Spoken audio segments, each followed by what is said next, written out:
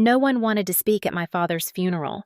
The silence inside Riverside Funeral Home in Columbus, Ohio, pressed against my chest like a weight I could not shake off. The air smelled of lilies and furniture polish, and yet nothing could mask the truth that hung over us.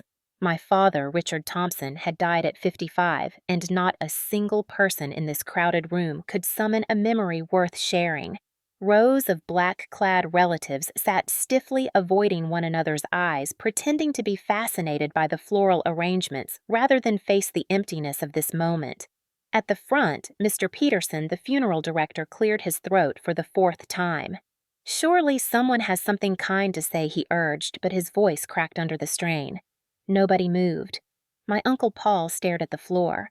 My Aunt Linda scrolled her phone as if she were anywhere but here. My mother, Karen, sat motionless, her hands twisted in her lap, her eyes glassy. Not with grief, but with the kind of exhaustion that comes after years of silent endurance. I sat in the second row, my palms damp, my pulse hammering in my ears. I am Claire Thompson, 19 years old, a freshman psychology student at Ohio State University, and the only child of Richard Thompson. My eyes drifted toward the polished oak casket where he lay, and in my mind the silence was shattered by a memory so sharp it cut like glass. I saw myself at 9 years old standing in our kitchen holding a glass of milk. I spilled a few drops on the floor. His hand came down like a whip across my face, sending me sprawling, my head striking the cupboard as he snarled, "Everything in this house is mine, and you are nothing without me." The sting of that blow, the shame of hearing my mother cry and still do nothing, lived in my bones even now. And yet, here I was, expected to sit quietly while everyone else looked at the floor, too afraid to admit who he truly was. My chest burned with anger and fear.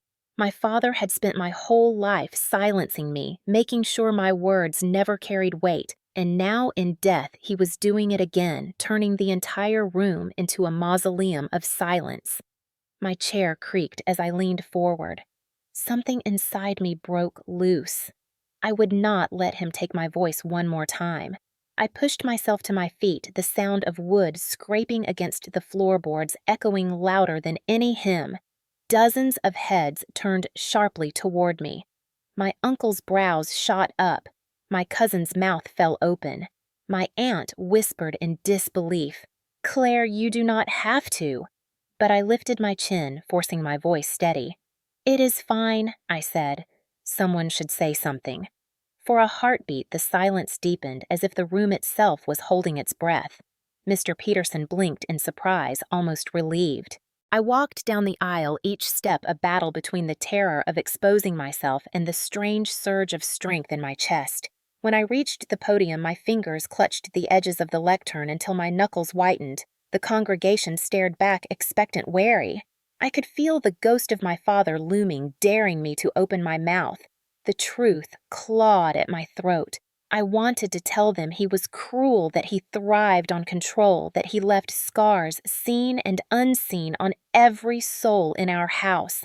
I wanted to scream that this silence was not respect, it was fear, but the words froze. I saw the casket. I saw the flowers. I saw my mother's trembling hands.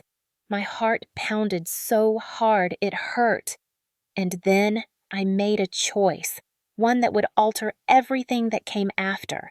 I took a deep breath, looked straight into the sea of faces, and prepared to speak. When people talk about childhood, they often remember playgrounds and birthday cakes and long summer afternoons, but my childhood in Linden, a working-class neighborhood on the north side of Columbus, was carved out of fear. Our house on Myrtle Avenue looked ordinary from the street, a red brick split level with a small porch and a maple tree in the front yard, but inside its walls, every creak of the floorboards felt like a warning. My father, Richard Thompson, filled that house with a presence so loud that even in silence he dominated the air. He was not the kind of man who needed to shout to make himself known, though he did plenty of that. He was the kind of man whose footsteps on the stairs sent shivers racing through my body. As a child, I learned to track his moods by the way the front door closed. A soft click meant he had only had a few beers, a slam meant trouble was coming. My mother, Karen, tried to manage the storms, but she was trapped financially tied to him, emotionally worn down. By the time I was 6, I already knew the safest place to hide was under my bed with a pillow clamped around my ears. By 9, I had learned that mistakes had costs measured not just in raised voices but in bruises and humiliation. One evening, I spilled a glass of milk in the kitchen. The glass toppled, shattered, and I froze. He came in before I could clean it up. The slap knocked me sideways, and my head hit the cupboard with a crack that made my vision blur. His words were worse than the pain. "Everything in this house is mine. You are nothing without me." My mother cried out, but did nothing to stop him. Later, she pressed a cold washcloth to my cheek, whispering that I needed to be more careful, as if spilled milk justified violence. That moment became a scar deeper than the mark on my skin. It was the lesson of my childhood: accidents were sins, needs were weaknesses, and love was conditional on obedience. I grew up measuring every word, every breath. If I laughed too loudly, he would snap, "What are you so happy about?" If I asked for help with homework, he would sneer, "Figure it out yourself, you think the world owes you something." Dinner times were the worst. He sat at the head of the table, beer in hand, while my mother served plates in silence. If I did not eat fast enough, he would jab his fork at my food, demanding to know if I thought I was too good for what he provided. If I ate too quickly, he would call me greedy. There was no winning. I remember one winter night when the furnace broke. The house was freezing, and I asked if I could sleep with an extra blanket. He laughed, told me I was weak, that in his day children slept on floors without complaint. I lay shivering that night, teeth chattering, promising myself that one day I would escape. Escape became the secret word I carried in my heart. It was the candle I guarded against his storms. Our neighbors, the Millers, sometimes heard the shouting. Mrs. Miller would see me outside with a bruised arm or scraped knee and ask gently if I was all right. I always said I fell. Everyone knew I was lying. The police came twice. Once when I was 7 and another time when I was 11. Both times my father greeted them with polite smiles, assured them everything was fine. Family stress. Nothing serious. They left after warning him to keep it calm. He stood at the window watching their cruiser pull away, then turned to me and said softly, "Nobody will ever believe you." That sentence burned into me like fire. Nobody will ever believe you. It became his shield the way he kept me small. I carried that sentence like a stone in my stomach for years. Yet even in those years of fear, I began to build a quiet defiance. I started keeping a notebook hidden under the loose floorboard in my closet. At first, I wrote little things, dates, when he shouted times he broke plates, nights my mother cried herself to sleep. By 10, I wrote details, words he said, how my body hurt, how scared I felt. I did not know then why I kept those notes, only that I needed proof that my life was not just in my head, proof that what I felt was real. Sometimes, late at night, I would flip through the pages by flashlight, reading my own pain back to myself like a strange kind of lullaby. It steadied me, made me believe that one day those pages would matter. Childhood should have been a time of games and laughter. For me, it was strategy, survival, and silence. I learned how to sense danger in the shift of his shoulders, the tilt of his head, the way his voice dropped before it rose again. I became a student of fear, but in studying him, I also learned to see his cracks. I saw how he needed control, how he used money as a weapon, how his pride was built on fragile foundations. Even at 12, I knew his cruelty was not strength. It was desperation. Still knowing that did not make the nights easier. Nights when his footsteps echoed down the hall and I pulled the blanket over my head, praying he would walk past my door. Nights when my mother's muffled sobs seeped through the walls and I wanted to run to her but stayed frozen, too afraid of making things worse. That was my childhood. A constant war between fear and the tiny ember of resistance glowing deep inside me. I did not yet know how to fight, but I knew I would not stay silent forever. Teenage years are supposed to be about discovery, freedom, and the first steps toward independence, but mine felt like a tightening noose. By the time I was 15, I had grown taller, my hair longer, my voice stronger, but inside that house on Myrtle Avenue, I was still the same small child, always measuring my steps, always waiting for the next explosion. Richard seemed to sense my desire for independence and crushed it before it could bloom. At school in Columbus, I had teachers who noticed my knack for drawing one, even suggested I apply for a summer art program downtown. I came home with the brochure folded carefully in my pocket, my heart pounding with hope. My father took one glance, snatched it from my hand, and ripped it in half before I could even explain. "You will end up broke like your mother," he said, his lip curling. "Dreams are for fools." That night, I sat on my bed, staring at the torn pieces, fighting the urge to cry. Crying only gave him more power. My mother whispered apologies in the hallway, but she never confronted him. Her silence was its own kind of wound. At 16, my restrictions grew harsher. Friends invited me to birthday parties or football games, but I was rarely allowed to go. If I asked, he demanded, "And who will pay for your ride? Who will keep you safe?" He acted as though he was protecting me, but it was never protection, it was control. My phone was checked, my backpack searched. He kept the car keys locked in his desk drawer. On nights when I pushed back even gently, his eyes narrowed and his hands curled into fists. The message was clear: independence would not be tolerated. The only place I found a sliver of freedom was in my notebook, the one I had started years earlier. By 15, it was filled with entries, each page a record of his cruelty. I wrote the dates, the times, the exact words he used. Sometimes I added sketches, jagged lines of fists and shadows, the outlines of fear. The notebook became more than a secret, it became a shield. When the nights were darkest, I would read my entries back and remind myself that one day I would use them. One night in December, the house already brittle with cold, I came home from school and found my latest sketch torn to shreds on the kitchen floor. He had gone through my room. He held up the remains, sneering, "Is this what you waste your time on? This garbage."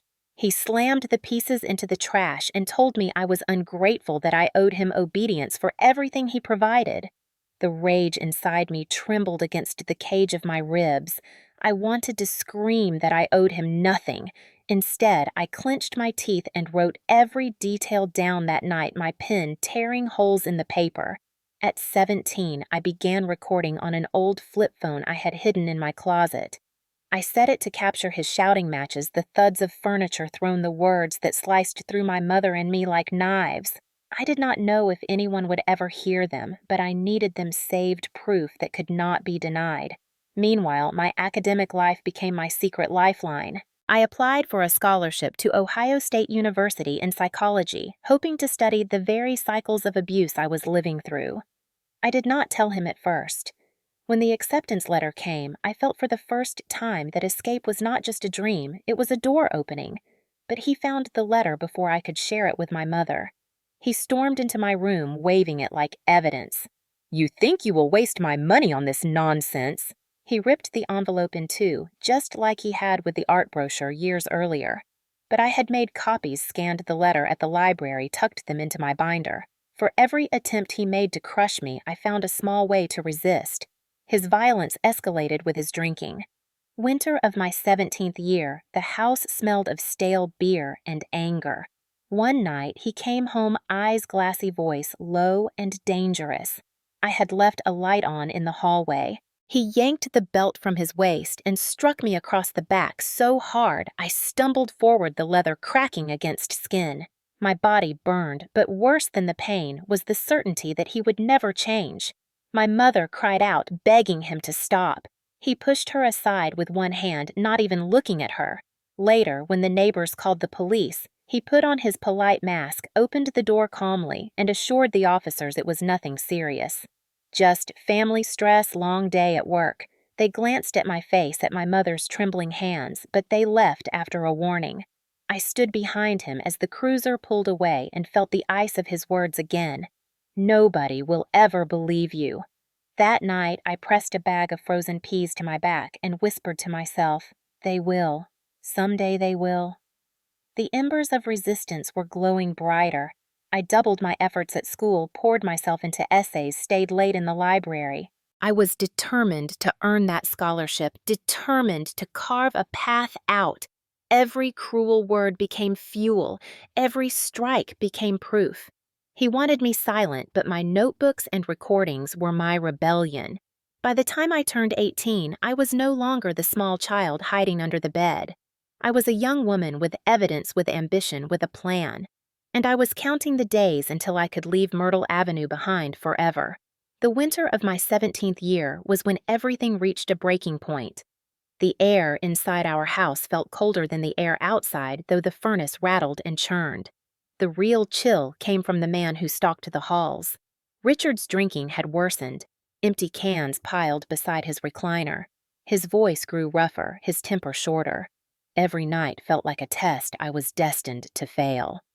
One evening in January, the snow fell thick over Linden, muffling the streets in silence. I sat at the dining table finishing a school essay pencil scratching when he burst through the front door. The sound made me flinch. The door slammed so hard the picture frames on the wall rattled. He smelled of whiskey, his coat dusted with snowflakes that melted into dark patches.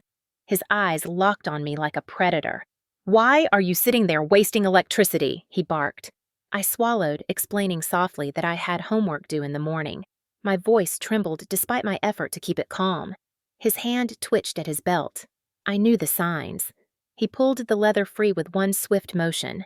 My mother gasped from the kitchen doorway, her hands pressed together as if prayer could stop him. Before I could rise, the belt lashed across my back. The crack echoed in the room, searing through my sweater into skin. I stumbled forward, pain-blazing tears springing unbidden to my eyes. Another strike followed, then another. My body jerked with each blow, my breath catching. My mother cried out, "Please stop, she is just a child!" He shoved her aside with his shoulder, never looking away from me, his face twisted with rage, spittle at the corner of his mouth. "You think you are smarter than me," he roared. "You think you can escape this house!" The final strike landed across my shoulder, and I collapsed to my knees, clutching the edge of the table for balance. My whole body burned, but deeper than that was the humiliation, the certainty that he wanted me broken. Outside, through the frosted window, I saw a shadow pause. A neighbor. Mr. Miller had stopped while shoveling his driveway, his head tilted as if listening. For a moment, I thought he might knock. Instead, he moved on, perhaps unsure, perhaps afraid. My father did not notice. He stood over me, chest-heaving, belt dangling from his hand. The room spun. My breath came in shallow gasps. Finally, he tossed the belt aside, muttering that I should remember who provided the roof over my head. He stumbled toward his recliner, collapsed into it, and cracked open another can. Just like that, the storm was over. My mother knelt beside me, tears streaking her face, pressing her hands to my shoulders, whispering apologies, whispering that I should not anger him. I could not answer. My throat was raw with unshed screams. That night, I lay in bed, every movement agony.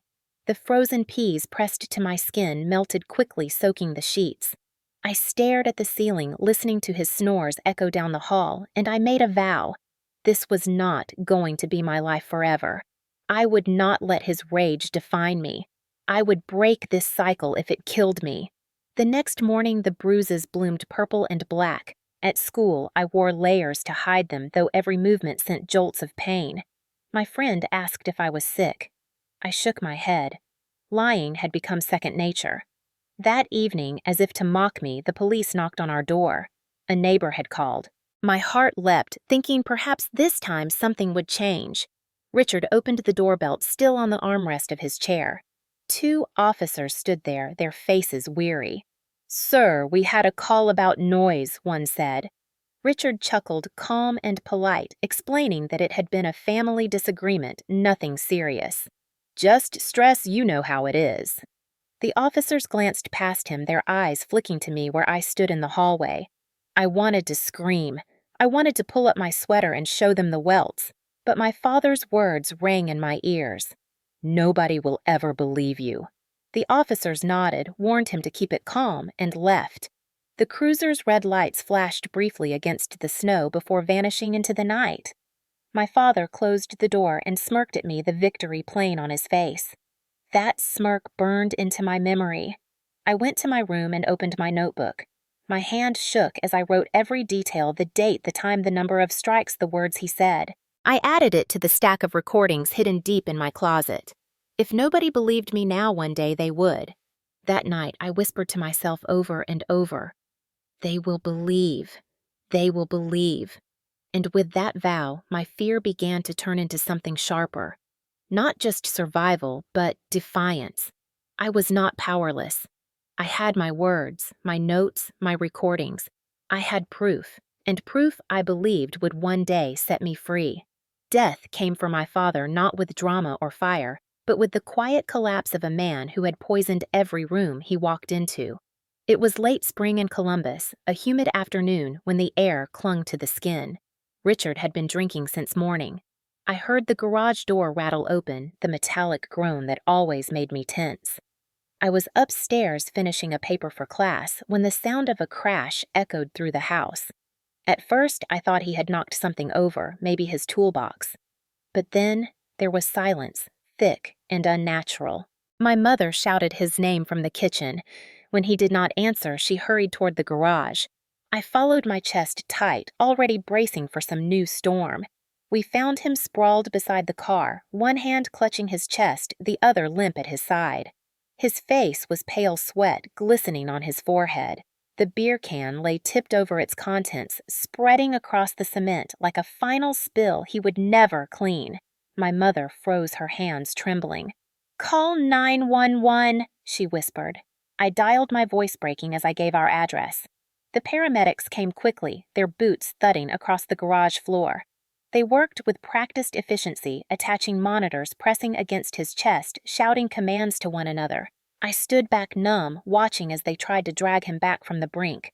But his heart had decided. At 55 years old, Richard Thompson was gone.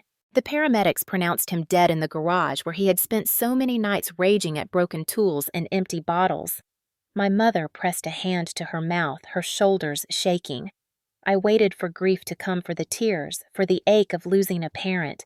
But what I felt instead was a hollow relief, a silence inside me that mirrored the sudden silence of the house.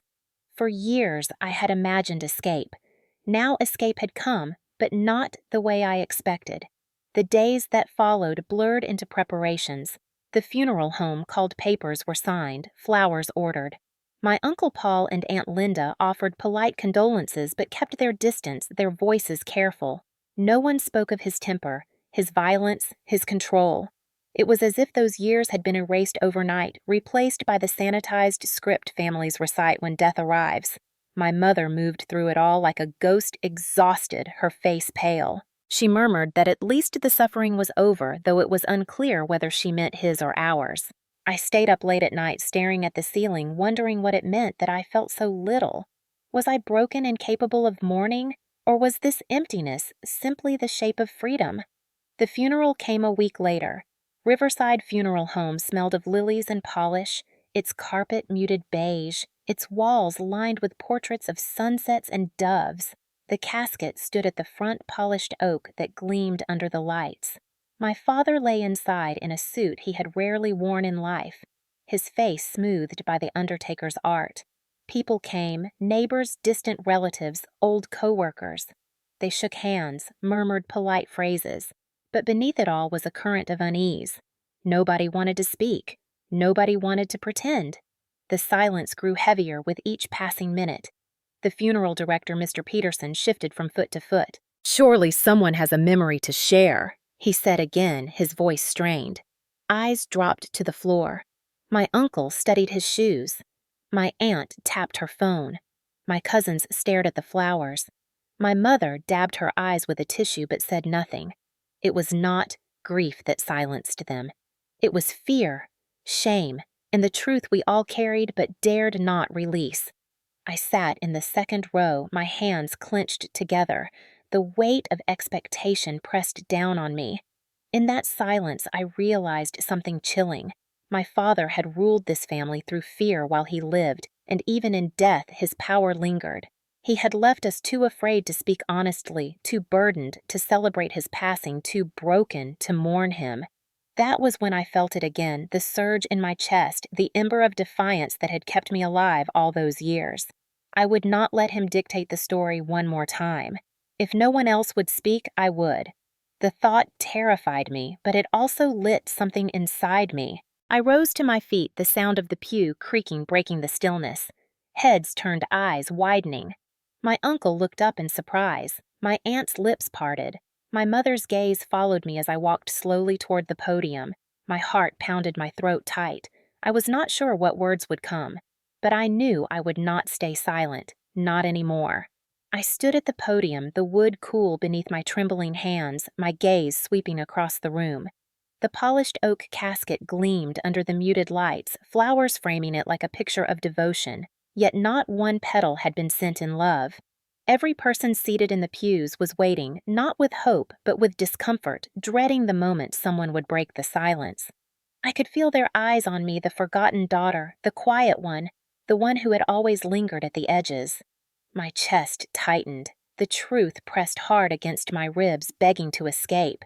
I wanted to say he was cruel, that he crushed dreams, that he left bruises on bodies and scars on souls. I wanted to say the silence was proof of who he really was. But as I looked around, I saw the faces of my family and neighbors. I saw the Miller's kind people who had heard years of muffled shouts through thin walls but never intervened beyond a phone call or two. I saw Aunt Linda shifting in her seat, eyes wary. I saw my mother Karen, her shoulders tense, her hands wringing her tissue. If I spoke the truth, it would shatter the fragile mask holding this gathering together.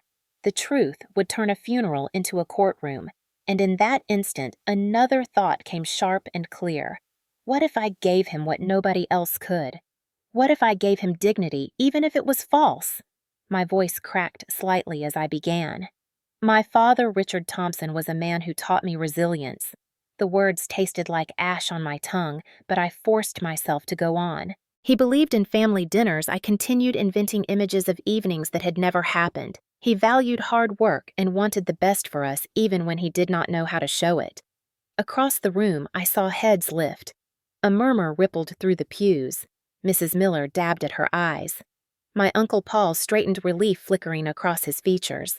My Aunt Linda exhaled, her lips curving into a faint smile as though a burden had lifted. My mother stared, confusion warring with disbelief. I pressed on. He loved this community. He taught me that strength is not about being the loudest voice, but about standing firm when times are hard. I thought of his voice roaring in our house, of his fists pounding tables, of the belt cracking against my skin, but I smiled faintly as though recalling a fond lesson.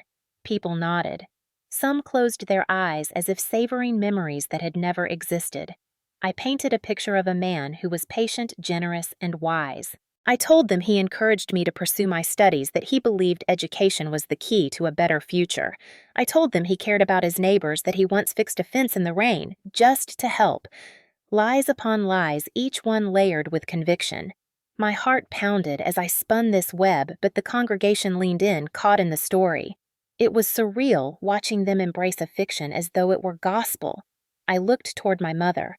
Her face was pale, her lips parted in shock. She knew the truth. She had lived it alongside me. Yet she stayed silent, eyes glistening as though torn between relief and betrayal. My throat ached, but I continued, my voice stronger now. He taught me that life is not about what you accumulate, but about the love you give away. The irony nearly choked me. He had given nothing but pain, hoarded money like a miser, wielded control like a weapon. Yet here I was recasting him as a saint of generosity. For a heartbeat, I thought I saw his smirk in my memory, the one he wore when he told me nobody would ever believe me. And now, incredibly, they did believe me. They believed this version of him not because it was true, but because it was easier. I ended with words I never imagined saying. He was not always easy to understand, but beneath it all, he cared deeply for his family. He taught me that sometimes the hardest people to love are the ones who need love the most. The silence that followed was different now. It was no longer suffocating. It was reverent. Then came the sound of hands meeting. Applause. Applause at a funeral for a man who had ruled through fear. My Aunt Linda wept openly. My cousin Derek nodded approvingly. Even the funeral director, Mr. Peterson, looked relieved, as if I had rescued him from a professional nightmare. I stepped back from the podium, my body trembling, my mind spinning. I had lied through my teeth, betrayed my memories, denied my scars. Yet in doing so, I had given my father something he never gave us: peace, even if counterfeit. As I walked back to my seat, people reached out to touch my arm, to whisper, "Thank you," to call my words beautiful. My mother leaned close, her whisper barely audible. Why, Claire? Why would you do that? I could not answer. I simply stared at the casket at the body inside that no longer had power and felt a strange mixture of guilt and grim satisfaction. I had rewritten him, sculpted him into something he never was, and the room had accepted it without question. For once, I held the power. For once, my words, lies though they were, shaped the narrative.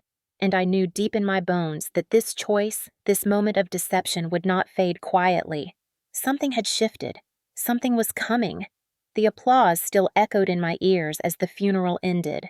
People shuffled out of Riverside Funeral Home, their voices hushed as though the lies I had spoken carried the weight of sacred truth. My hands shook as I gathered my coat, the fabric heavy across my shoulders. I kept my eyes on the floor, trying to avoid the congratulations from strangers who patted my arm and told me how moving my words had been. Each compliment felt like another stone in the pit of my stomach. I had lied thoroughly and convincingly about a man who had left me bruised and broken. And yet they believed it. They believed me. Outside, the air was cool, the sky gray with the promise of rain. The guests spilled onto the sidewalk, murmuring their farewells, hugging half-heartedly before drifting to their cars. My mother walked ahead with Aunt Linda, their whispers clipped uneasy. I lingered near the steps, my pulse finally slowing when a man in a dark tailored suit approached. He was tall, silver-haired, his presence commanding in a way that reminded me of professors at Ohio State who carried entire rooms with a glance. His eyes locked onto mine, calm but intent. "Miss Thompson," he said, his voice smooth congratulations. I blinked, unsure I had heard correctly. "Congratulations. On what?" On passing the final test, he said, his smile faint but deliberate. My breath caught. "Who are you?" The man extended his hand. "Michael Harris. I am your father's attorney." Confusion twisted in my chest. Attorney. My father had never spoken of lawyers except in contempt, calling them leeches. I shook his hand hesitantly, his grip firm, professional. He leaned slightly closer, lowering his voice so only I could hear. "Your words today were very important. You should come to my office tomorrow morning. There are matters regarding your father's estate that need to be discussed." My estate. The phrase lodged in my throat. Surely he meant Uncle Paul the eldest, the one who had always played my father's games. Surely he did not mean me. "I think you want to speak with my uncle," I said quickly, pointing toward the parking lot where Paul stood speaking with a cousin. "He is the one who—" Mr. Harris shook his head, his smile growing slightly. "No, I want to speak with you." My stomach lurched. I could not imagine what my father's attorney would want with me, the daughter he had spent years dismissing. I opened my mouth to ask, but Harris raised a hand. "Tomorrow, 10 o'clock. Harris and Associates, downtown Columbus." He slipped a business card into my hand, the paper thick, embossed, smelling faintly of cologne. Then he stepped away, blending into the crowd with the ease of someone accustomed to moving through rooms unnoticed. I stared at the card, my mind racing. My father had barely acknowledged me in life. Why would his attorney want me now after death? Around me, the last of the mourners drifted toward their cars. My mother touched my arm lightly. "Are you coming?" I shoved the card into my pocket and nodded. The ride home was silent. The casket had been lowered, the hymns sung, but the questions churned inside me. That night, I lay in bed staring at the ceiling, the memory of Harris's words replaying over and over. "Congratulations, passing the final test." The phrase felt surreal, like a riddle. I thought of my father's smirk, his cruel lessons, his endless challenges. He had tested me my entire life, pushing, breaking, mocking. Could it be possible he had left one last test, even in death? The idea gnawed at me. I remembered the way Harris had said it with certainty, as though everything I had spoken at the podium was more than words, it was proof. I rose and pulled out my notebook, flipping through the pages filled with years of torment. My pen hovered above the paper. Should I write down what Harris had said? Treat it like another entry, another piece of evidence. My hand shook. For once, the test was not about pain, it was about performance. And I had played the role perfectly. The clock ticked toward midnight. My body ached from the weight of the day, but sleep would not come. Finally, I closed my notebook and whispered into the darkness, "If this is another game, I will not lose." The next morning, I dressed carefully, choosing plain black slacks and a white blouse, wanting to look older, stronger, more composed. The city was alive with traffic as I rode the bus downtown, the windows fogged from the early rain. My hands clutched the strap of my bag so tightly that my knuckles ached. Harris and Associates occupied a brick building near Broad Street, its glass doors gleaming its name etched in bronze. Inside, the lobby smelled faintly of leather and coffee. A receptionist directed me to the second floor. My legs trembled as I climbed the stairs. Harris's office was vast, lined with shelves of leather-bound books and framed certificates. The furniture gleamed dark wood, polished to a shine. Harris rose from behind his desk and gestured for me to sit. "Miss Thompson," he said warmly, "thank you for coming." I lowered myself into the chair, my pulse pounding in my ears. "I do not understand," I admitted. "Why am I here?" Harris steepled his fingers, his eyes calm but piercing. "Because your father left instructions. Instructions that only applied if someone passed his final test. Yesterday, you did." My throat went dry. My hands gripped the armrests. "What test?" Harris leaned back slightly, his voice even. "Your father wanted to know if anyone in his family could speak of him with compassion. Not honesty. Compassion. He believed that would show true character. And yesterday, when you stood before that room and gave him dignity, he never earned, you proved yourself." My breath caught. The lie I had told the performance that had left me shaken had been exactly what he had been waiting for. Harris opened a drawer and placed a thick sealed envelope on the desk. My name was written across the front in my father's sharp handwriting. The sight made my skin prickle. This, Harris said, was to be delivered only if you passed, and you did. I stared at the envelope, unable to move. My father, even from beyond the grave, had set the stage. A final game, a final manipulation, but also perhaps a final chance. Harris's voice was quiet but firm. "He left everything to you. The estate, the accounts, the house. But only if you passed." I lifted my eyes to him, my heart hammering. "Me." His voice was steady. "Yes, Miss Thompson. You." The sealed envelope sat on the polished mahogany desk like a living thing, its edges crisp. My name scrawled across it in Richard's familiar jagged handwriting. I could not tear my eyes away.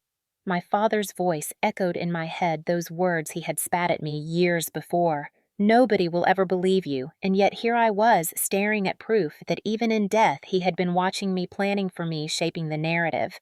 My hands trembled in my lap. I forced myself to look at Michael Harris. His expression was calm, professional, but there was something in his eyes, a flicker of curiosity, as though he too wondered what kind of father would leave his daughter a gift wrapped in cruelty. He slid the envelope closer. "This," he said evenly, "is your father's final word. It was to be opened only if you passed his test, and you did." I hesitated. My fingers hovered over the flap, every nerve in my body screaming with conflict. Part of me wanted to shove it away, to reject the game, to reject him. Another part ached to know what was inside, to understand what drove him to finally hold power over something he had left behind. Slowly, I broke the seal. The paper inside was thick, expensive, lined with my father's scratchy script. The words swam before my eyes as I began to read. "Claire." It began, "If you are reading this, it means you spoke with compassion at my funeral. It means you gave me dignity when I gave you little in life. It means you passed." My stomach knotted. Harris watched quietly as I read on. "I know I was not an easy man," the letter continued. "I know I was harsh, demanding, and perhaps cruel. But life taught me that kindness is weakness. I learned it from my father, and I passed it to you. I wanted to know if anyone in this family could break the cycle. And you did." My throat tightened. He called his violence a lesson, his cruelty a test, as though he had orchestrated my pain with purpose.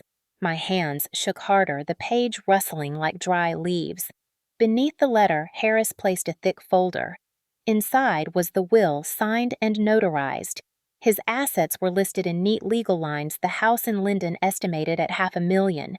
savings accounts totaling nearly $700,000, investments and stock portfolios worth another million and change. In total, approximately $3 million. My chest constricted. He left it all to me. I shook my head, whispering, "This cannot be right." Harris folded his hands. "It is binding. Your father was clear. The estate goes to the one who passes the test. If no one did, the assets would have gone to charity. But you, Miss Thompson, spoke with compassion when others could not. You fulfilled the condition." I stared at him. Compassion. That was what he called my lies. Compassion. I had stood before a room of people and invented a father who never existed, who cooked meals and taught lessons, who valued love. And somehow that false portrait had earned me his fortune. Harris pushed the will toward me. "I cannot imagine what this means for you, but it is yours if you accept it. The law will honor his words." My pulse roared in my ears. My whole life he had dangled money like bait, wielding it to control us, to make my mother dependent, to pit relatives against one another. And now in death he had given it all to the daughter he claimed was nothing without him. My thoughts spiraled. This was not generosity. This was manipulation from beyond the grave, his final bid to test me, to own me even now. Harris spoke again, his voice careful. "There is something you should understand. He did not choose you for obedience. He chose you because you showed strength. Others avoided speaking at the funeral. You stepped forward. You carried the burden. He wanted to know if anyone could offer dignity without promise of reward. That was the test." I pressed the heel of my hand to my forehead, trying to steady my breathing. I thought of Uncle Paul, always eager to please Richard, always competing for approval.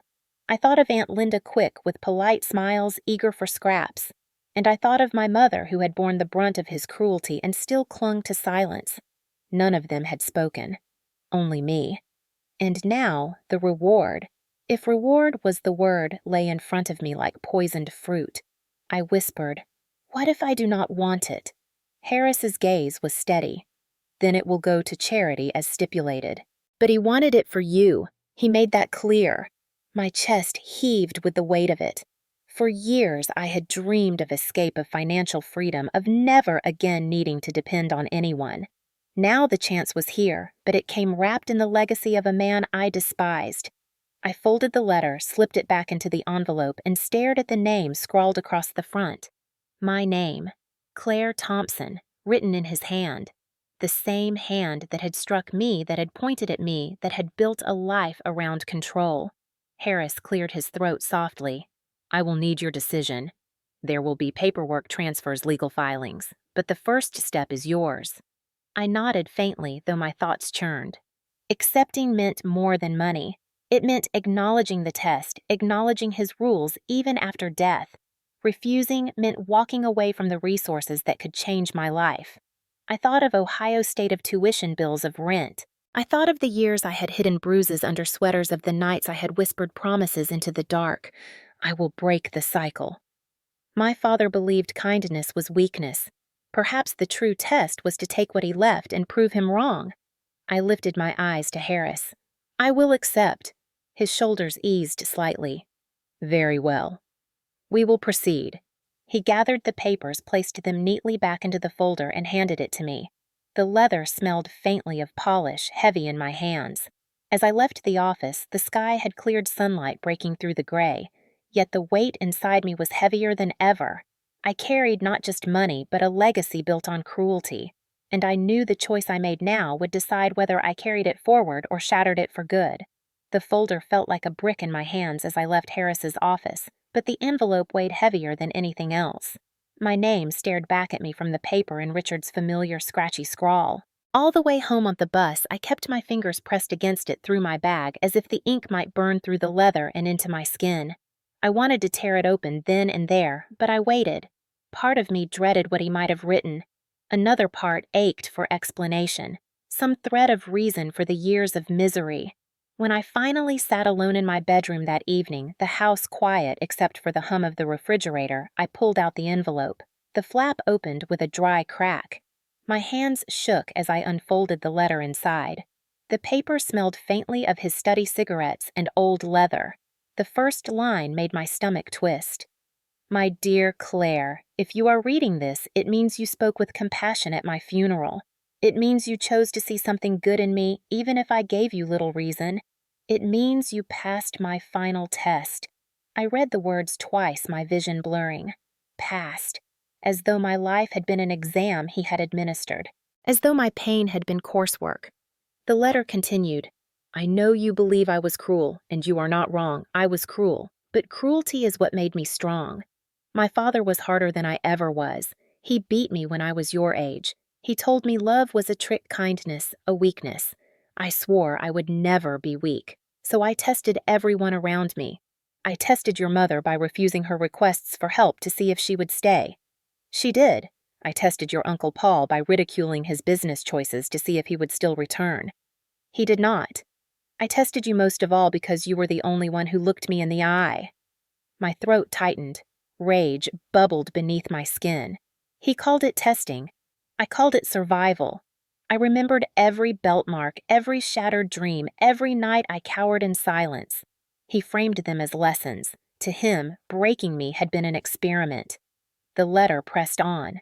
I needed to know if anyone could show compassion without promise of reward. Everyone else wanted something from me, money, approval status. You, I thought, wanted nothing. That is why you passed. Yesterday, you stood before the family and spoke kindly of me when no one else would. That showed strength. True strength. I wanted to rip the paper apart. Kindness. That was what he called it. Lies spun at a funeral because the truth was too ugly to speak. He thought that was proof of my strength, as if inventing a version of him worth mourning was a victory. My eyes skimmed the next lines, my breath quickening. You will inherit everything. Not because I loved you more, but because you endured. You endured me, and you endured life. You may hate me for it, but I trust you to use what I leave wisely.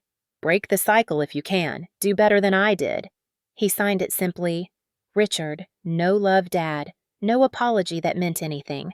Just his name stamped like the end of a contract. My hands shook as I lowered the letter. For a long time, I sat in silence, staring at the words, trying to make sense of them. He admitted the abuse, yes, but framed it as legacy, as something to be passed down like an heirloom. He twisted cruelty into a kind of inheritance, and he dared me to break the cycle as though he had not nearly broken me in the process. My chest heaved. I pressed the paper to my knees and whispered into the empty room, I am not your experiment. My tears blurred the ink, spreading his words into dark smudges. For the first time since his death, I wept not for him, but for the child I had been, the girl who had carried fear like a second skin, the teenager who had whispered promises to herself in the dark. My phone buzzed suddenly, startling me. It was a message from my cousin Derek. Nice speech today, he wrote. You made him sound better than he was. My stomach clenched. Even Derek, who had been silent at the funeral, had recognized the fiction. And yet he had said nothing. None of them had. They had let me carry the burden of rewriting Richard. I looked back at the letter, at his words about compassion, and felt fury ignite. He thought he had won, that even in death he had shaped me into what he wanted. But he was wrong. I folded the letter, placed it back in the envelope, and tucked it into my notebook alongside the years of entries, the photos of bruises, the recordings. His words would not live alone. They would live beside the truth he tried so hard to bury. I whispered again, this is not yours anymore. It is mine. I had inherited not just money, but his twisted logic, his warped justification, and I had a choice. I could let it define me, or I could expose it. The decision churned in my chest as I turned off the light and lay back in the dark. His words echoed, break the cycle if you can. My jaw tightened. I would, but not the way he intended. The letter gnawed at me for days. I carried it in my bag, pulled it out at night, read and reread every line until the words felt like acid searing through paper. Richard had called his violence a test, his cruelty a legacy, and he had dared me to break the cycle. I knew I could not keep that letter hidden. If I stayed silent, his version of the story would linger, a poisonous half-truth. He had left me his money, but I would not let him keep his reputation intact. That was the last chain I had to break. The opportunity came sooner than expected. Aunt Linda hosted a post-funeral dinner at her home in Gahanna, a modest two-story with a wide kitchen that always smelled faintly of cinnamon. Relatives gathered there the week after the funeral seeking comfort in routine, though no one admitted it out loud. The air was thick with unspoken tension. My Uncle Paul sat at the head of the dining table, his voice booming as he reminisced about Richard's so-called discipline. My mother sat silently beside him, stirring her tea, eyes fixed on the liquid as if it held escape. My cousins muttered about what might happen to the estate. I listened in silence until the weight of the letter in my bag became unbearable. When dessert plates were cleared, I rose from my chair. The scrape of wood against tile drew every eye to me. My heart pounded my throat tight, but I reached into my bag and placed the sealed envelope on the table. I said quietly, "I have something you all need to hear." Confusion rippled around the room. Aunt Linda frowned. My uncle's eyebrows rose. My mother stiffened. I unfolded the letter, the paper trembling in my hands. This was left for me by Richard. I said, my voice steady despite the storm inside me. It was meant to be opened only if I passed his test at the funeral. A hush fell. They leaned in curiosity sharp. I began to read.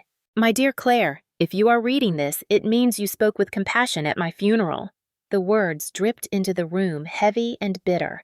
I read every line, my voice firm, refusing to flinch as Richard described his cruelty as lessons, his violence as strength, his manipulation as a test. Gasps erupted around the table. Aunt Linda covered her mouth. My cousin Derek shifted uneasily. My Uncle Paul scoffed, muttering, "That sounds just like him." But I did not stop. I finished with his final challenge. "Break the cycle if you can." The silence that followed was suffocating. My hands shook as I lowered the letter, but I pressed on.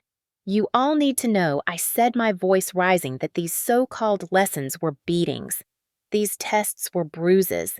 He broke us not because he wanted to teach us, but because he could." My mother's eyes glistened. She shook her head faintly, whispering, "Claire, please." I ignored her. I pulled my notebook from my bag, pages frayed, ink smudged. I flipped it open, showing entries, photographs taped to the margins, dates scribbled in frantic handwriting. "This is what my life was," I said. "Every strike, every word, every night I spent hiding." He wanted me silent, but I wrote everything down.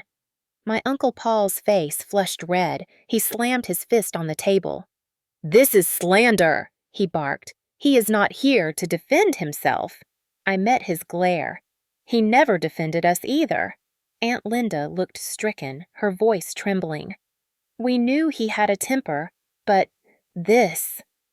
My cousin Derek leaned forward, his face pale. I heard things he admitted quietly. Yelling, crashes. But I thought that was normal. A lump rose in my throat. "Normal," I said softly, "is what we told ourselves so we could survive. But it was not normal. It was abuse. It was terror, and it needs to be said out loud." At that moment, a voice came from the doorway. Mr. Miller. He had come with his wife carrying a casserole. His expression was grim. "It is true," he said. "We heard it for years. The yelling, the crying. We called the police twice. They never did anything." Gasps filled the room. My mother buried her face in her hands. My uncle sputtered, furious, but the truth hung heavy in the air, undeniable. For the first time, the silence cracked. My chest heaved as I looked around the room. "You want to talk about inheritance?" I said, my voice sharp. "Well, here it is.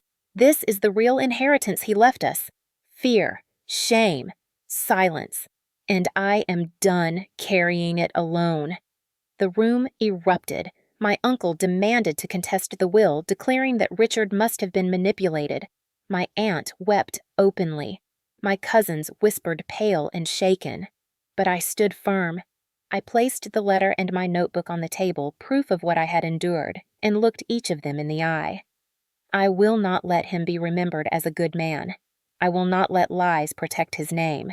If you cannot face the truth, that is your burden, not mine. My mother lifted her head, tears streaking her cheeks. For a moment, she looked at me with something like pride, though it was buried beneath years of fear. Then she whispered, "You are braver than I ever was." The words hit me harder than any strike Richard had ever delivered. My throat tightened. For the first time, I felt the weight of years shifting, the chains loosening. The dinner ended in chaos, voices raised, chairs scraping, relatives storming out. But I felt strangely calm. The truth was finally out. It was no longer my secret. It belonged to all of us, and it could never be buried again. As I gathered my things, I tucked the notebook back into my bag. I glanced once more at the letter at Richard's challenge to break the cycle, and I thought, "You wanted compassion. Here it is. I will not let your cruelty define us any longer." The fallout from that dinner rippled through our family like an earthquake.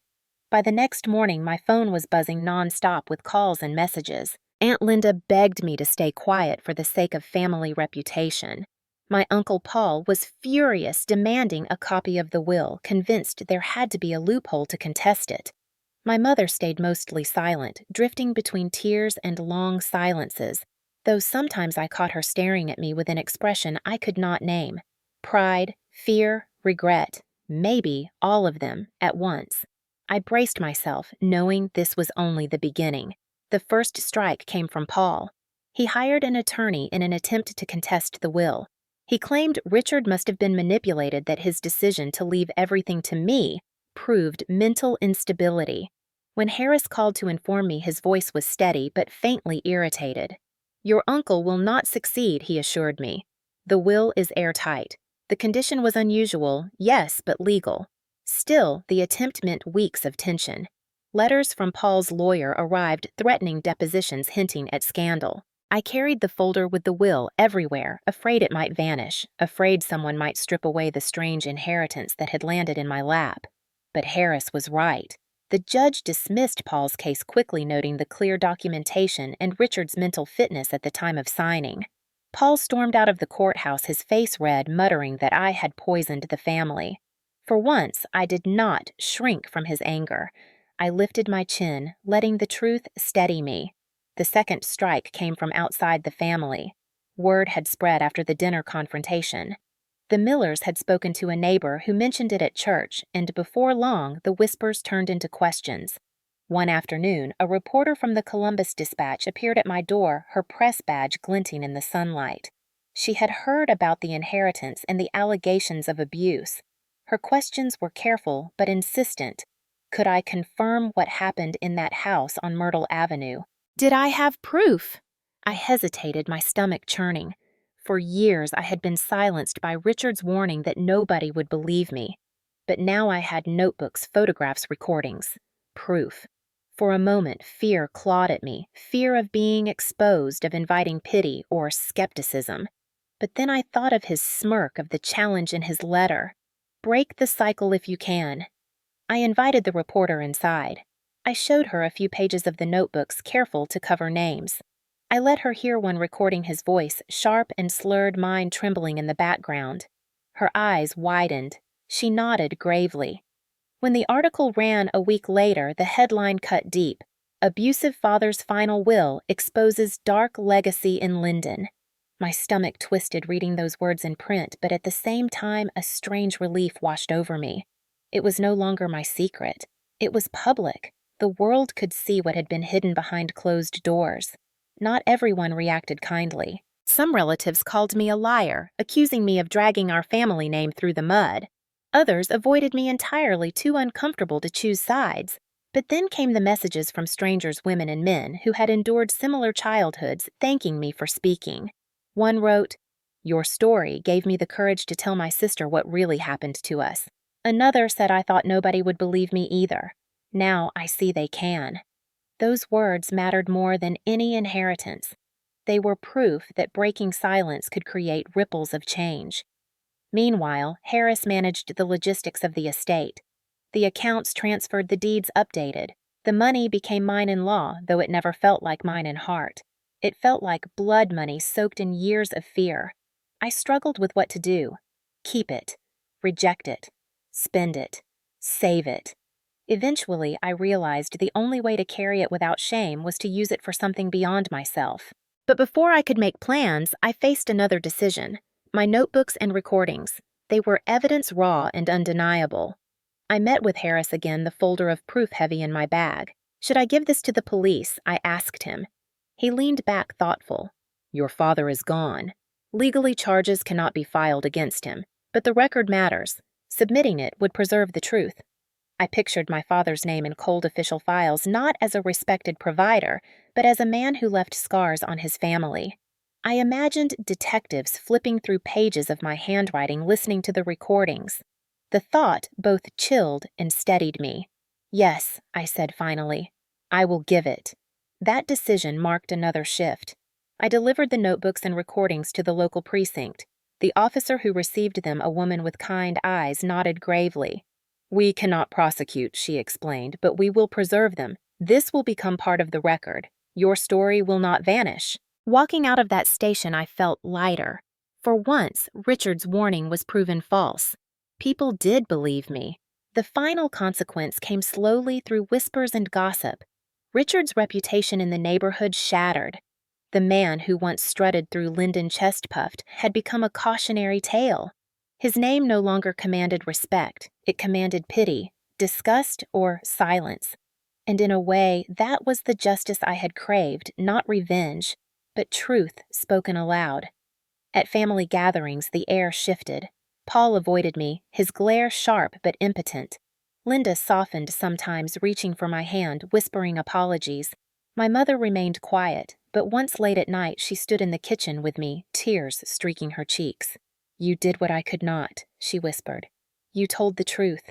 I hugged her, feeling the frailty of her shoulders, the years she had carried. For the first time, we shared not just fear, but understanding. The consequences were messy legal battles, fractured ties, public exposure, but they were real. And in that reality, I found strength. My father had left me money, yes, but more importantly, he had left me a challenge. Break the cycle if you can. And with every step contesting his lies, exposing the truth, preserving the record, I felt myself breaking it piece by piece. In the weeks following the legal battles and the article in the Columbus Dispatch, I found myself staring at the balance in my bank account, unable to fully comprehend it. The money was there, the papers all signed, the estate transferred to my name. $3 million. It should have felt like freedom. Instead, it sat on my shoulders like a heavy stone. Every dollar felt stained with the echo of his voice. You're nothing without me. At night, lying awake in my small dorm room at Ohio State, I would whisper back, I am something. I survived you. But surviving was not enough. I needed to live. I began with the simplest of steps. I paid off my tuition and cleared the student loans that loomed over me. For the first time, I felt the possibility of finishing college without fear of debt. My mother wept when she heard. She whispered apologies for the years she had told me to stay quiet, to endure, to accept. I told her we were free now. She did not answer, but the look in her eyes said she understood. The money lingered, though demanding purpose. I could not spend it on luxuries. Every attempt felt hollow. A new coat, a meal at a fancy restaurant, each item carried the taste of guilt. It was during a lecture on trauma recovery that the idea struck me. Our professor spoke about cycles of abuse, about how silence allows them to persist. I remembered my father's final letter, his twisted test, his challenge. Break the cycle. I decided to take him at his word. I contacted Harris and asked him about setting up a small foundation. He connected me with an advisor who explained the steps: legal paperwork, tax structures, mission statements. The words felt overwhelming, but the vision felt clear. I wanted to help others in Linden who endured what I had endured. Thus, the Linden Fund was born, seeded with $1 million of Richard's money. The irony was sharp. His wealth, hoarded with cruelty, would now serve those he would have scorned. I began small, providing grants to shelters, funding counseling sessions for survivors, paying for temporary housing. Each story that reached me felt like a wound and a balm at once. A mother fleeing with her children, a teenager finding the courage to testify, an older woman finally leaving a violent husband. Their voices reminded me that my pain was not singular. It was shared, and through sharing, it could be transformed. But the rebirth was not just financial. It was personal. One spring morning, I stood at a podium in the Columbus Community Center, looking out at rows of faces, women, men, students, survivors, allies. I was 19, my voice shaking, my palms sweating. Yet when I spoke, the room hushed. I told them about growing up on Myrtle Avenue, about the bruises hidden under long sleeves, about the nights of fear. I told them about the funeral, the false eulogy, the lawyer, the letter. And I told them about the decision to speak anyway, to bring light into the shadows. When I finished, there was silence, then applause that rolled like thunder. In that sound, I felt my father's grip loosen. He no longer owned my story. I did. Emotional undulation defined those months. There were highs, the thrill of writing the first grant check, the joy of a survivor telling me thank you, the relief of watching my mother attend therapy sessions with new openness. And there were lows, the weight of nightmares, the sudden flashbacks when I smelled alcohol on a stranger's breath, the gnawing doubt that maybe I was only building my life on his ashes. I clung to the highs, letting them carry me through the lows. My friends at Ohio State noticed the change. "You seem stronger," one said. Another asked how I managed classes with everything else. I smiled, knowing the truth. I managed because I had to, because every moment of freedom was a victory carved from years of pain. My relationship with my family shifted as well. Uncle Paul never forgave me. He avoided gatherings, muttering about betrayal. Aunt Linda softened, sometimes offering me support in small gestures, a call, a card, a warm glance. My mother remained fragile, but for the first time I saw her laugh. Really laugh at something on television. That sound was worth more than any inheritance. As months turned into a year, I grew into the independence I had once only dreamed of. I moved out of the dorm into a modest house near campus, one I bought outright with inheritance funds. I painted the walls, soft blue, planted flowers in the yard, invited friends over for study sessions. It felt surreal to have a home without fear of footsteps in the hall, without the threat of a slammed door or a raised voice. I learned to breathe in silence, to enjoy it rather than fear it. Sometimes, in quiet evenings, I would sit on the porch, journaling as I had since childhood. But the words had changed. No longer lists of bruises or insults. Now they were plans, hopes, reflections. My writing turned from survival to creation. One entry stood out, written late one night. "His millions didn't change me. They freed me to break the cycle." That line became a mantra, a reminder that the money was not a curse, but a tool, one I could shape into something new. I began to dream further. Could I expand the Linden Fund? Could I bring survivors to speak in schools, to show teenagers that abuse is not normal? Could I push for legislation in Columbus to strengthen protections? Each dream felt possible in a way it never had before. Independence was not only financial, it was spiritual. It was the moment I realized that my father's shadow, once so suffocating, had shrunk into something small, a ghost I could carry without fear. He no longer dictated my choices. He no longer silenced my voice. He no longer defined me. In his place stood a girl becoming a woman forged by fire but not consumed by it. Rebirth was not a single moment. It was 1,000 small steps, paying tuition without dread, buying groceries without fear of criticism, walking into a room without flinching. Independence was waking up each morning knowing that the cycle ended with me. I would not repeat it. I would not pass it on. I would transform it. The inheritance remained still large, still heavy. But now, each time I used it to pay for a shelter bed or a therapy session, I felt lighter. Each time I spoke in front of strangers and told the truth, I felt stronger. Each time I looked at my mother and saw her healing, I felt hope. That was my true inheritance, not the money, not the house, but the freedom to choose kindness over silence, action over fear. And as I moved forward, I promised myself that I would never forget the girl on the church pew who stood up at a funeral when no one else would. She had lied with trembling lips, but she had also opened the door to truth. That was the moment the rebirth began, and it was a moment I would carry forever. Looking back now, I understand that the story of my father's funeral was never just about an inheritance or a sealed letter. It was about something much deeper, something that cut across generations. My father had been shaped by violence, hardened by cruelty, and convinced that control was the only way to survive. He passed that belief onto me through fists, words, and fear. But his final test, as twisted as it was, gave me the chance to do something different. To stand at the podium and choose compassion when truth might have been easier. To take money that could have poisoned me and instead turn it into something healing. To break a cycle that had consumed our family for decades. That is what rebirth really means. Not starting over, but refusing to repeat the same mistakes. For years, I thought my silence kept me safe. I thought the only way to survive was to endure quietly, to write in my notebooks, to hope for escape. But silence does not protect. Silence suffocates. It buries the truth until it festers. Speaking out at the dinner table, to the lawyer, to the reporter, to the community, that is what freed me. Speaking did not erase the pain, but it gave it meaning. It turned scars into testimony. I still visit my father's grave sometimes. Not often, but enough to remind myself of what has passed. I don't bring flowers. I don't whisper forgiveness.